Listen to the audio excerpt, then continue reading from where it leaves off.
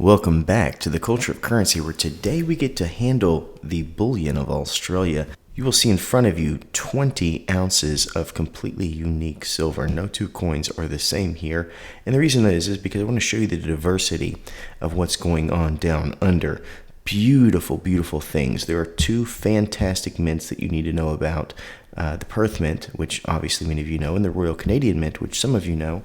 And to be quite frank, the Royal Canadian Mint may be my favorite Australian mint, but please do not tell anybody that or put it on the internet, because that'd be a bad thing. So first off, let's go ahead and get to this little sachet here. As you can see, we've got bullion now. That's because I did an interview back in the day during COVID with Bullion Now, and they sent this as a little gift, and I still am just emphatically in love with this coin. In fact, you're probably bored with it because I talk about it all the time. But that is one of these triangular shipwreck coins. This is in a series of 4, this being the last of them. Very, very unique coin, talking about the history of colonialization within Australia. Gorgeous. And I have a video over it if you are bored. In fact, I have a video over basically all of these coins. If you want to know more about the material, the history, the whatever that you see depicted, just find it on my channel and make sure that you take a look at it, because they were very, very fun to make and definitely worth your time. Make sure I got this focused for you.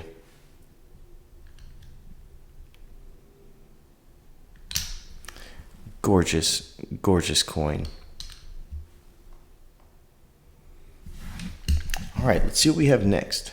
Let's go from the middle. Of course, we have the Queen here. This is a 2022.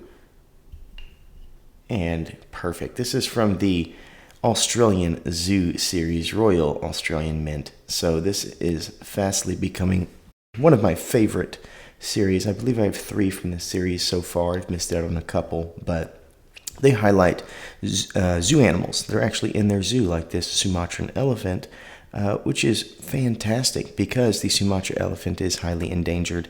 I do a whole video over the plight of their life that's happening out in the Borneo region of the world, where megafauna used to be around and are slowly kind of evaporating.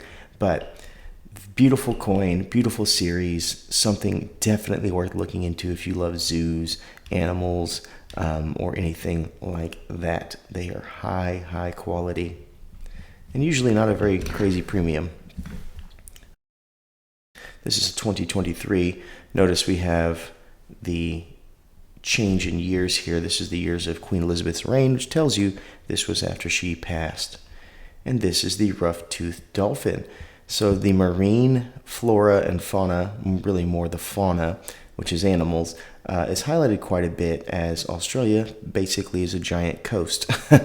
The entire nation is surrounded by coast, and so therefore you have quite a bit of diversity within the marine life, this being the rough-toothed dolphin, which is a really, really beautiful animal. If you've never seen one, it is kind of a dolphin that stays above the pelagic zone and really is found throughout the world, but a gorgeous, gorgeous animal and a really, really nice coin coming from Australia here. Rough-toothed dolphin. This is the classic that everybody knows and loves. As you see, 1990 to 2020. We have the Kookaburra right here, which gives you a pretty good idea what this coin is about. This is the 30th year anniversary of the Kookaburra. Gorgeous coin, as we all know. This still to this day is my favorite Kookaburra, because you get one on both sides and both are high quality birds. As you know, they did release the New Year's Kookaburra, and it has a Kookaburra in flight with snake in its little bitty feet here, and it's, I guess you would call it talons, even though we don't consider this bird a raptor, which there's been so many mixed reviews. It's a beautiful, cool image. If the Kookaburra were about 5 feet longer, it'd be believable if its wingspan was an 8-foot range, but I don't know. I'm still kind of out on it as of this moment. This is a little bit wider coin coming from Perth Mint. This is a 2018, as you can see. And this is going to be not this series, but the previous Lunar series. So this is the year of the dog, as you can see, 2018. There's the P for Perth Mint right there. I am underwhelmed, to say the least, when it came to this particular series of the Perth Mint. However, I will tell you that their current cycle, which started with the Ox a couple of years back, is fantastic and well worth your time. This previous one, not as much, because it looks like they literally dragged clip art and just dropped it places instead of creating some kind of a scene. The dog is good. I mean, that's a very well done shepherd, but the other parts about it are just missing in my book. Come over here, we have a 2023. Once again, this is going to be post the death of Queen Elizabeth, and this is another within the Zoo series. This is the white southern rhino. Absolutely gorgeous. I love this series. They tend to incorporate a horizon, which gives you a little bit of depth, and also takes away that negative space in the back. And check out, we got more species here. These are probably oxpeckers or something along that line, but we do have a diverse set of fauna here. I mean, just gorgeous, rippling within the skin. It's just really hard to hate this coin. Fantastically done. Another 2021 within the Australian Zoo series. This was the first of that series, the first I picked up, and that is the cheetah. A very, very popular animal. It's not the most well done cheetah I've seen, but it is a solid cheetah, and I love, once again, that they gave us some depth in the background, some textural difference, which really helps with negative space issues. Very, very well done. This, by the way, if you are a fan of Steve Irwin, the Australia Zoo, Royal Australia Zoo, is the zoo that he was established with. So if you are one of those people like I that grew up, watching Crocodile Hunter and stuff on TV, then this is a series that really bring you back to part of his life's mission and life's work. Next, one of my favorites. As you can see, this one is a little bit different than what we've covered so far. Beautiful background. We have these lateral longitude and latitude lines, and this is the southern sky of Australia. It is quite busy, as you know, but for some reason I just love it. I love the way it looks. And in fact, another thing I love is that there's a privy mark in these, and I happen to have a little platypus right here. But I think there's some other versions of this coin with a different animal, but I cannot remember off the top of my head what that is.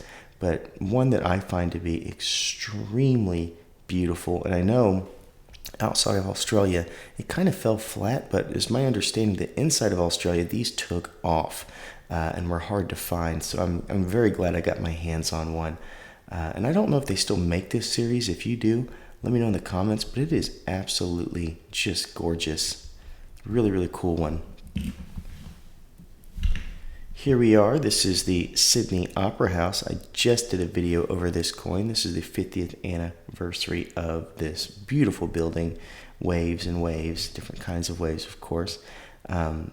Just fantastic. It has a standard obverse, as you see. Once again, years of her reign. But yeah, this is a fantastic World Heritage Site, something that is synonymous with Sydney and honestly with Australia.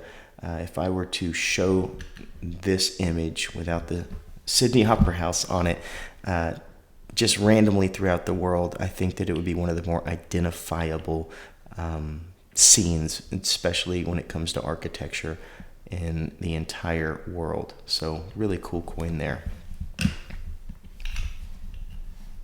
Very classic Australian look here with the large brim around the queen.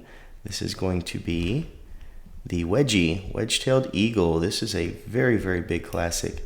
The artwork changes every single year, and basically, if you put a Kookaburra here instead of the wedge-tailed eagle, you have this year's Kookaburra. Beautiful, beautiful coin. Very aggressive animal if you do not know anything about this bird. Very cool. And this is the only one I actually have in the series. However, maybe this year's a time to get another one. I don't know. I haven't looked into it yet, but I know that I've always loved this series. They do have a little bit of a higher premium, but they're gorgeous and always high quality.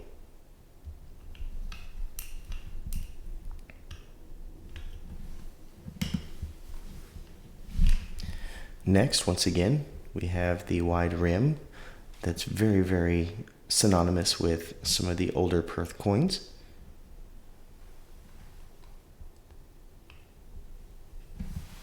And this is not just a koala, it's my favorite koala I have ever seen. There's multiple reasons for that. One, the koala is on the ground, which is not something they're known particularly for. Koala obviously spend the majority of their time up in the eucalyptus trees, eating and foraging, sleeping and being lazy. So they're kind of American in that respect. But this is the other reason. It's a lunar privy mark here, and this one being the year of the rooster. And so it almost looks like a little moon in the background, and they've got a beautifully decorated rooster there in the back. And so as far as koala coins go, this one has always been my favorite.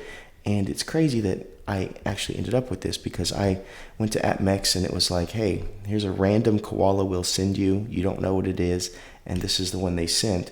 And I absolutely lucked out because I still to this day have not found a koala I like more. This is a beautiful, beautiful coat of arms coin from Queensland. This is my favorite series, by the way, of Australia of all time. Maybe of any coin of all time as far as the series go. It is just fantastic. I love every single piece about this. All of the elements are gorgeous. They're in balance. They're highly well done. They show so much independence of that area, identifiable to that area of Australia, and just absolutely fantastic. I love this series so much. I consider this to be the Queen's Beast of Australia, and I'm so excited for the next launch. I will say that I have missed the boat on the first of this series. It came out and was sold out fairly quickly, and I did not have a chance to get my hands on it, and that is probably the one that got away from me. So if you have a handful of those laying around and you think that they need to go to a good cause, well, my P.O. box can be sent to you via email very, very quickly. So please let me know if you have one and it needs to be lifted from your collection.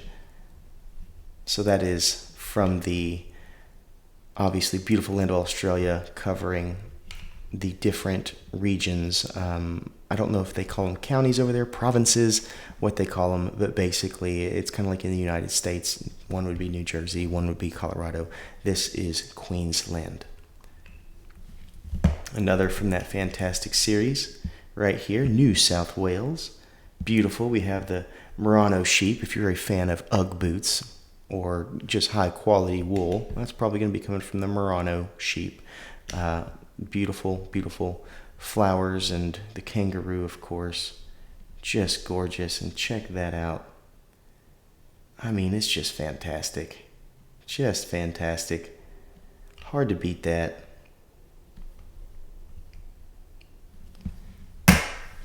But we move on. Here we are, the Royal Australian Mint.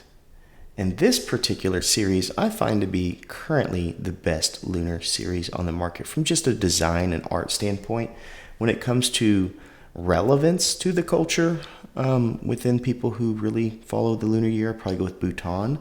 But just from a beauty standpoint, this has got to be it. I mean, the obverse has the entire cycle on it. As you see, we have the rat, we have the ox, we have the tiger, the rabbit, and currently we're on the dragon, which means that we'll have the snake next year. This being the lunar ox. They do such a fantastic job. It talks about the river having to be crossed to go to the Jade Palace. We have some what look to be willow branches here in the distance. We've got the moon, very, very small crescent moon, which gives us the perfect space to put in the year of the ox, and that is the Mandarin symbol for ox or cow. Absolutely just fantastic. Hard to beat that. Some people hit on the lunar cycle and some people miss. This is definitely a hit. Speaking of misses, we come back to the old cycle of Perth Mint, not the current one, so don't get mad at me in the comments. But once again, here's the year of the pig from back in the day. They just, well, there's a little tuft of grass there, there's a tuft of grass there. There's no horizontal line, there's no nothing for depth. It's just you literally just drag pieces of clip art and put them around. So though it is a valuable coin as far as collectors go, it just doesn't do it for me. But luckily, like I said, the new Perth cycle is fantastic. Here's a classic, identifiable by the rim, of course. The kangaroo, the calling card of Australian silver. Beautiful coin, and if you don't know, there is a little security feature right there in the A. If you get a magnifying glass out or microscope, you can see a very, very small letter hidden in there. Gorgeous, gorgeous coin. I think this is a undervalued coin when it comes to mass-produced world bullion. A lot of people think it's boring. I think it's fantastic. I love it. In fact, I'd put it up there with many of the standards that we know, such as the Philharmonic. Gorgeous. Here we have a newer coin, Year of Harain right there, of course. And that is the Dragon and Koi. Beautiful story if you don't know the story about how this koi fish becomes a dragon. Well worth your time. Just gorgeous. Such diversity coming out of Australia. It's fantastic. And our last coin today. This is the koala, I believe of last year. They've gone away from the big fat rim where it's mirrored right here, and they've kind of softened it up with this frosted look, which I honestly like. It helps the queen pop a little bit more, and I don't know, it just seems more refined. Maybe it's just because it's new and it's different, but I really do like it. And then on the back, once again, we don't have the giant rim, but we have a really cool text, and it gives it more balance, I find.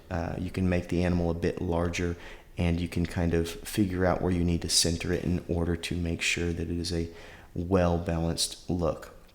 So I do like this layout a lot better than in previous years, but once again, I do find that Privy koala to be my favorite. But this is really not a bad koala here. Some years they are kind of meh, but this is a good one.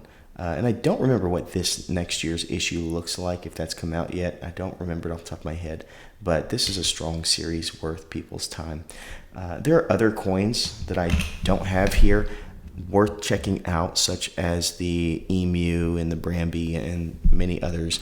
But as you can see, the diversity of what comes out of Australia is just fantastic. They do so many things so well. And as far as one nation and their influence on bullion, it's hard not to give this nation of Australia first place. Their excellent design, excellent quantities available to where you can buy them around the world. They have diversity of theme, and it's just fantastic. So I don't know. For me, I think that if I had to only buy from one nation for the rest of my life, it's probably going to be Australia. Luckily, I'm not restricted to that, but if I was, I probably would still be happy. So let me know in the comments what you liked, what your favorite coin here is, if you ever missed the boat on one of those. I'd love to know that too, so that I can maybe start a support group for us bullion collectors. But as always, I thank you so much for watching, and I hope that you will remember to stay classy and current with the culture of currency.